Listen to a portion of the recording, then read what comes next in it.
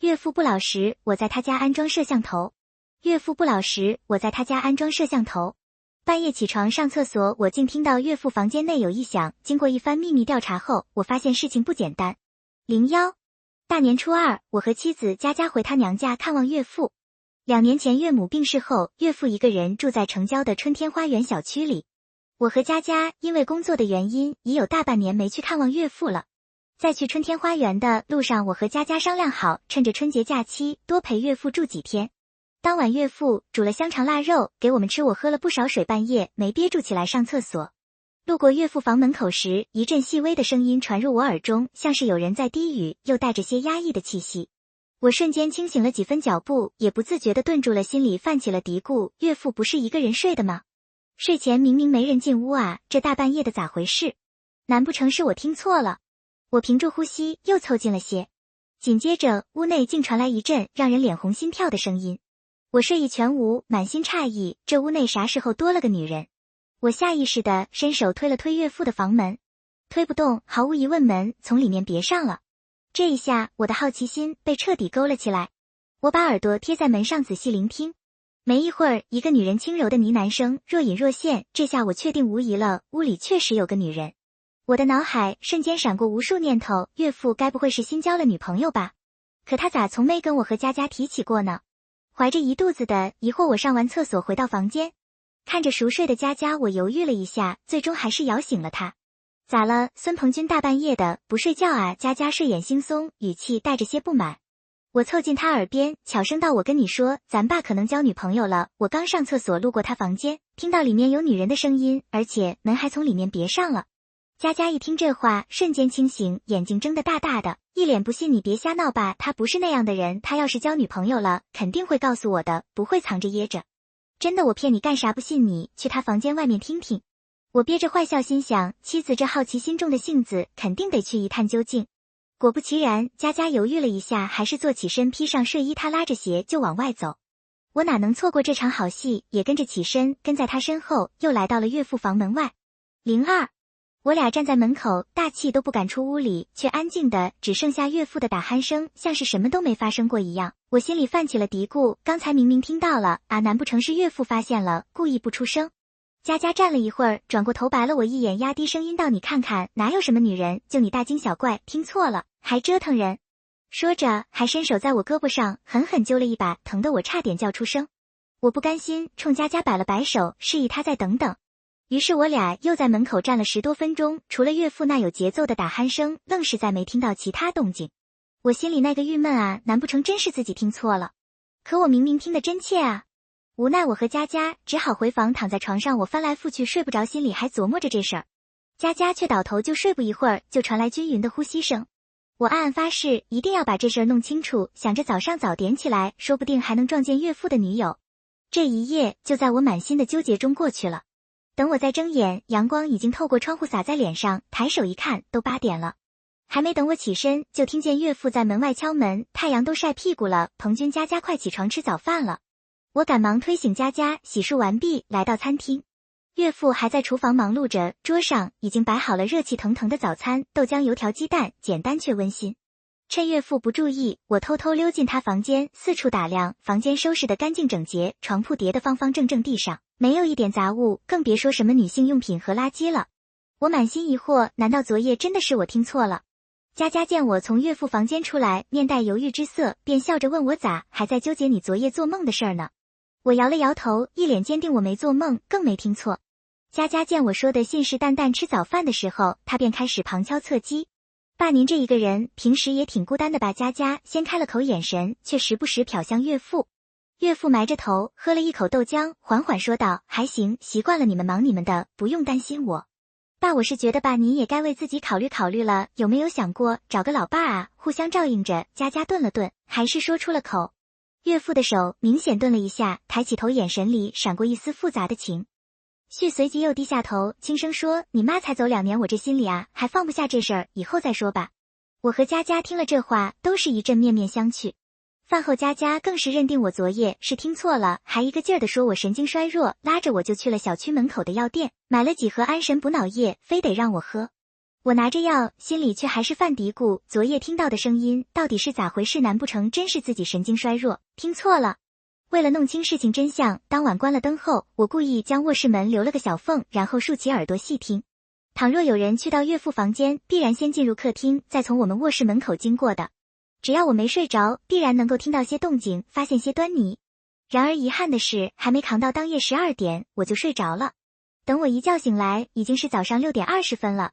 那个时候，岳父已经开始在厨房给我们一家3口准备早餐了。而他那个卧室的门是开着的，床上的被子叠得整整齐齐。难道昨夜没人过来？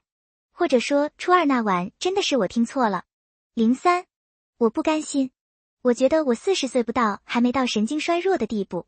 为了证明自己当天早上吃过了早饭后，我借买菜之名去电器城买了个高清摄像头回来，悄悄放在了空调柜机上。空调柜机正对着客厅和岳父房门，只要有人进了客厅或者去到岳父房间，都会被放在上面的摄像头拍下。我相信有了这玩意儿，准能揭开事实真相，同时也不用再熬夜偷听了，因为那个监控 App 有回放功能，我白天还可以查看前一天晚上的视频。大年初4这晚，岳父心情好，拿出了珍藏的好酒，我陪着他喝了几杯。这酒一下，肚脑袋就开始发晕，10点来钟我就倒在床上呼呼大睡了。半夜一泡尿把我硬生生憋醒，我穿上睡衣，哆哆嗦嗦地往厕所走。路过岳父卧室的时候，发现门紧闭着，屋里竟传来一个女人清晰的问话声：“你女儿女婿啥时候走啊？你打算什么时候告诉他们咱俩的事情？”我这一听，瞌睡虫瞬间跑得无影无踪，脑袋嗡的一下就炸开了。啥情况？岳父难不成真交女朋友了？我跟做贼似的，连尿都顾不上，撒就蹑手蹑脚地跑回房间，一把拉住佳佳的胳膊，使劲晃了晃，压低声音喊道：“佳佳快起来，爸，屋里有人说话，是个女的。”佳佳睡得正香，被我这么一折腾，脸上满是不耐烦，眼睛都没睁开，就冲我吼道：“孙鹏军，大半夜的你不睡觉抽啥风呢？有完没完啊？”我赶紧把食指放在嘴边，冲他嘘了一声，神色紧张的又说了一遍：“我真听见了，千真万确，你快起来，跟我去听听。”佳佳看我一脸笃定，这才不情愿地坐起来，披上睡衣，跟我一块踮着脚尖走到岳父房门外。我俩大气都不敢出耳朵贴在门上，可诡异的是，刚到门口，屋里的说话声就像被人按下了暂停键，戛然而止，紧接着传来岳父均匀的打鼾声。佳佳站了2分钟，啥也没听到，扭头就瞪我，眼里满是怒火：“孙鹏军，你是不是有毛病啊？大半夜折腾人，哪有什么声音？”我心里那叫一个憋屈啊，明明听到了，咋就没了呢？上完厕所，我不死心，又偷偷在岳父房门外站了半个多小时，屋里那位跟知道我在似的，愣是再没吭一声。我正懊恼呢，突然灵光一闪，这才想起放在客厅里的监控。那女人要进岳父屋，肯定得经过客厅监控，肯定拍下来了。想及此，我迫不及待地掏出手机，打开监控 App， 手指都有点发抖。果不其然，23点40分的时候，画面里岳父蹑手蹑脚地从卧室走进客厅，轻轻打开房门，紧接着一个黑影像鬼魅似的从门外闪进来，径直朝岳父卧室走去。看到这，我心里咯噔一下，这下证据确凿了，岳父屋里真进人了，还是个女的。我兴奋地像发现了宝藏，再次把佳佳摇醒。佳佳刚要张嘴骂我，我把手机屏幕对到她眼前，得意地说：“你看看，我就说我没听错吧。”佳佳看着监控画面，眼睛瞪得老大，嘴巴张得能塞下一个鸡蛋，愣了好一会儿才反应过来，冲我喊道：“你啥时候装的监控啊？你咋能干这事儿呢？缺不缺德？”我挠挠头，有点不好意思地说：“我今天上午出门买菜的时候，顺便买的，中午趁你们睡午觉就装上了，我这不也是为咱爸好吗？你想啊，他退休金那么多，万一碰上个居心不良的女人，把他的钱骗走了咋整？”佳佳听我这么一说，气消了一些，点了点头，又好奇地问：“他们都同居了咋还偷偷摸摸的不告诉咱们呢？”我耸耸肩，一脸无奈地说：“解铃还须系铃人，要想知道还得问爸去。”佳佳若有所思，也跟着点了点头。那为啥每天早上起来都不见那个女人呢？佳佳又抛出一个问题。我摸着下巴分析道：“肯定是走得早呗，既然偷偷摸摸的，肯定不想让咱们知道。”佳佳撅着嘴想了想，又说：“这事儿确实透着古怪，你明早起来看看他是什么时候离开的。”为了给岳父和那女人留点面子，当晚我们也没再折腾。第二天早上，我一睁眼，第一件事就是翻监控。果不其然，5点30分的时候，那个女人轻手轻脚地打开门，离开了岳父家。我赶紧把这段视频拿给佳佳看，佳佳看着看着脸就气红了，他们这搞得跟打游击似的，到底咋回事啊？我跟着附和，就是太奇怪了。佳佳越想越气嘴，撅得老高，我又没说不让爸在找之前，还主动问过他呢，他咋这样啊？我拍了拍他的肩膀，劝到一会儿吃饭的时候问问爸，把事儿弄清楚。佳佳狠狠地点了点头，说必须问。04。没一会儿，早餐摆满了桌，热气腾腾的。女儿妞妞在屋里睡得香甜，岳父正准备去叫她，佳佳赶紧拦住她道：“爸，你先别叫，妞妞我有事儿问您。”岳父坐下来，脸上挂着随和的笑，问闺女啥事啊？佳佳板着脸，开门见山的问爸：“您是不是交女朋友了？”岳父脸上的笑容瞬间像被冻住了，僵在那儿，过了一会儿才说：“你咋又问这个？我不是说过吗？你妈才走了2年，我还不想找。”佳佳一听急了：“那您为啥把别的女人带回屋里？昨晚我和彭军都听见了。”我在旁边听着，心里突然涌起一股做错事的愧疚感。岳父还想狡辩，涨红了脸道：“我啥时候带女人回家了？你可别瞎说，闺女，你连你爸都不信了。”佳佳更生气了，伸手一指客厅的监控探头，大声道：“孙鹏军在那儿装了监控，昨晚谁进您房间，拍得清清楚楚。”岳父一听，脸色刷得变得铁青，猛地一拍桌子，站起身就冲我们吼道：“你们回来，到底是看我的，还是监视我的？”说着，他又把矛头指向我：“孙鹏军，你啥意思？”我赶紧站起来，陪着笑解释：“爸，您别生气，现在社会复杂，坏人多，我和佳佳这不担心。您被人骗吗？您退休金不少，万一遇上不地道的，把您养老的钱坑走了咋办？我们也是一片孝心啊。”佳佳也跟着帮腔，就是阿爸，您跟我们说说那个女人到底啥来历，咋认识的？我又没说不让您交往，只要人没啥问题，您光明正大地处就行。我和彭军还盼着有人能天天陪着您，不让您孤单呢。岳父听佳佳这么一说，情绪缓和了些，重重的叹了口气，坐下来缓缓说道：“他姓田，是我买菜的时候认识的。”我在旁边接了一句：“这么说是个卖菜的阿姨，怪不得走那么早。”岳父瞥了我一眼，没好气地说：“没错，他在城南综合市场卖菜。”佳佳的语气也柔和了些，接着问：“那你们交往多久了？咋不给我们介绍介绍呢？”岳父又叹了口气道：“也没多久，其实他这人没啥大毛病，人勤快，就是生了个不争气的儿子。那小子整天好吃懒做，游手好闲，知道他妈跟我交往后，就变招法问我要钱。你田姨怕给我添麻烦，就跟他儿子说我们分手了，让他别再打电话找我要钱。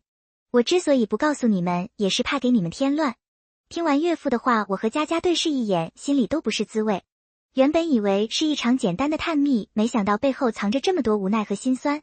佳佳眼眶一红，拉着岳父的手就说：“爸，您咋不早说呢？咱们是一家人，有事儿一起扛啊。那田姨也挺不容易的，以后您要是觉得合适，就大大方方带回家，咱们一起吃顿饭，互相认识认识他儿子的事儿，咱们也帮着劝劝，说不定能改好呢。”我也在旁边点头说：“是啊，爸，您别自己扛着，咱们一起想办法，总比您一个人愁强。”岳父看着我们，眼里闪着泪花，微微点头说：“行。佳佳、彭军，我知道你们是为我好，之前是我想多了。”正说着话，砰砰砰，房门忽然被人敲得震天响，那动静就跟要把门拆了似的。这大清早的谁啊？咋这么没礼貌？我和佳佳对望一眼，心里都泛起了嘀咕。岳父也愣了一下，随后不自觉地起身开门。05。随着吱呀一声，房门开了，门口站着个黄毛小子，脸上挂着一副嬉皮笑脸的模样，他对着岳父就喊：“宋叔，好久不见啊。”张勇，你怎么找到这儿来了？岳父见到来人吃了大大的一惊，脸上瞬间写满了诧异和慌张。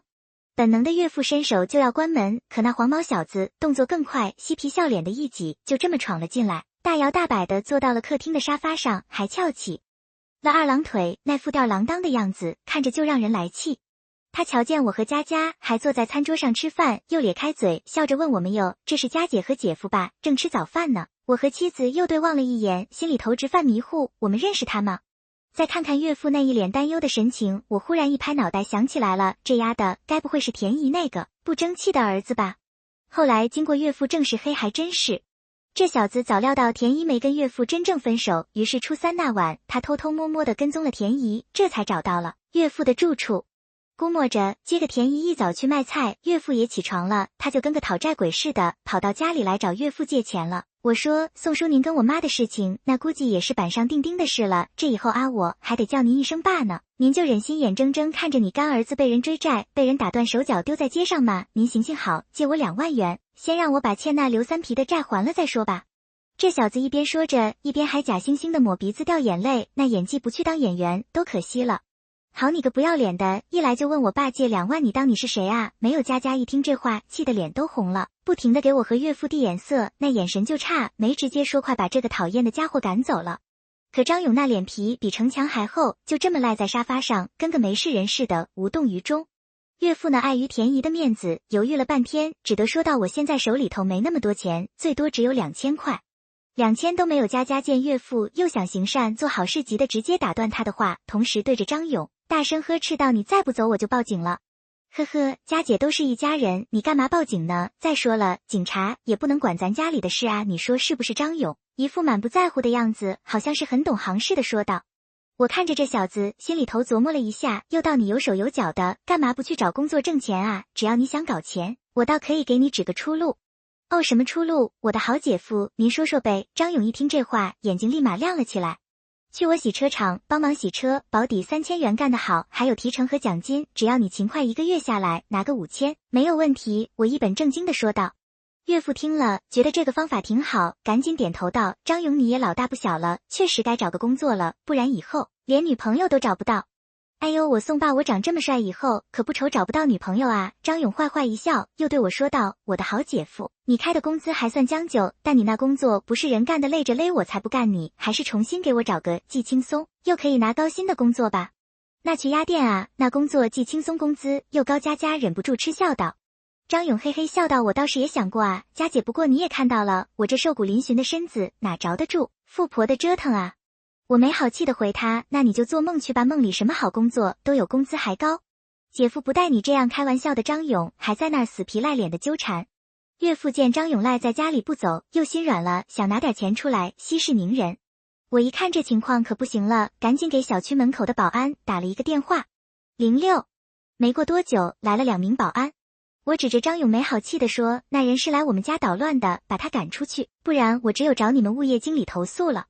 ”2个保安一听这话，赶紧给我们解释：“不好意思了，老板，这小子刚刚骗我们说是你们家亲戚，我们才放他进来的。既然他是来捣乱的，那我们只有将他嫁出去了。”说着，2人就上前去抓张勇。张勇哪是他们的对手，挣扎了几下斗不过他们，只得在出门前放了一句狠话姓宋的：“你不借钱给我，我就让你一辈子过不得安宁日子。”这小子一走，岳父立马犯愁了，在屋里来回踱步，嘴里不停地念叨着：“这可咋办？这可咋办啊？”佳佳想了想说：“爸，我看你还是跟那个田阿姨断了，去我们那里住一段时间吧。”啊，这岳父一脸为难，眉头皱得像个麻花，眼神里满是纠结和不舍。我看出来了，岳父对那个田姨感情还挺深，舍不得断。我想了想，一拍胸脯道：“这事儿交给我来处理吧，我会收拾张勇那小子的。”早饭过后，我去了趟医院，找到我在医院的同学，跟他说明了情况，软磨硬泡了半天，让他给我弄了个精神病人的证明。回岳父小区的时候，我老远就瞧见张勇还在小区门口徘徊。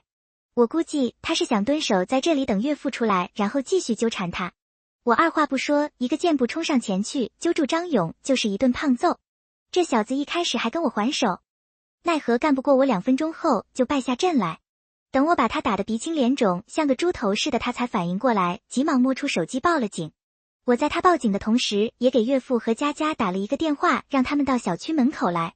等他们来了，我跟他们说了几句话，然后悄悄把精神病证交给了佳佳。没过一会儿，警察就来了。